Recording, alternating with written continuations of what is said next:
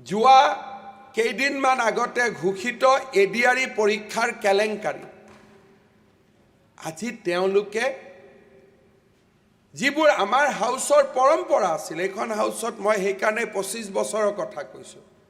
আমাৰ হাউচৰ পৰম্পৰা আছিলে যে ৰিজাল্ট দিয়াৰ পিছদিনাখন হাউচত ৱাকআউট হয়, কাৰণ কোনোবা মন্ত্ৰীৰ খুন খালি, কোনোবা মন্ত্ৰীৰ ঘৈণীয়েক, কোনোবা মন্ত্ৰীৰ ভাগিনীয়েক, লিষ্টখনত আটাইতকৈ ডাঙৰ পদবীবোৰ তেওঁলোকৰ নামত থাকে।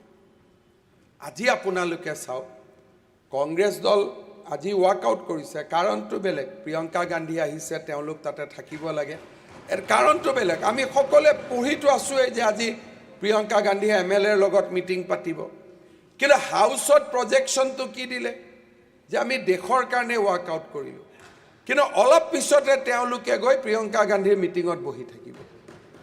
এতিয়া ৰাইজ সচেতন হৈছে, আমি কি কৰোঁ কি নকৰোঁ মানুহে আমাক সূক্ষ্মভাৱে পৰ্যবেক্ষণ কৰে, আৰু যেতিয়া আমি মানুহক ঠগাব চেষ্টা কৰোঁ তেতিয়া তাক মানুহে ভাল নাপায়।